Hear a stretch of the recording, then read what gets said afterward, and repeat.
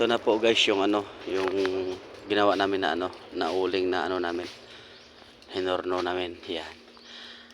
Lagyan ng solidap. At saka si mama yung gumagawa siyempre.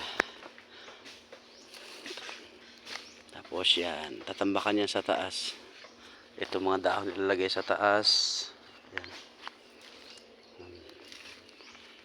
Tsaka lagyan ng buhangin. Yan.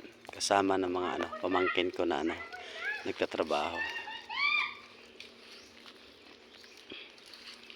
Yan.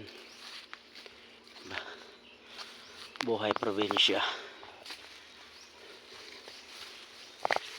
Ganito ang nakasanayan kasi namin dito.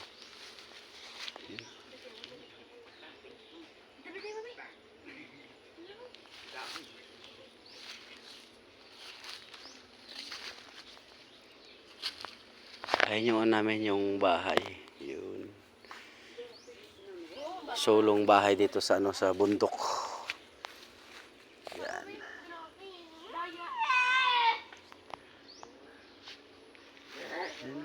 Ganito kaganda dito sa amin.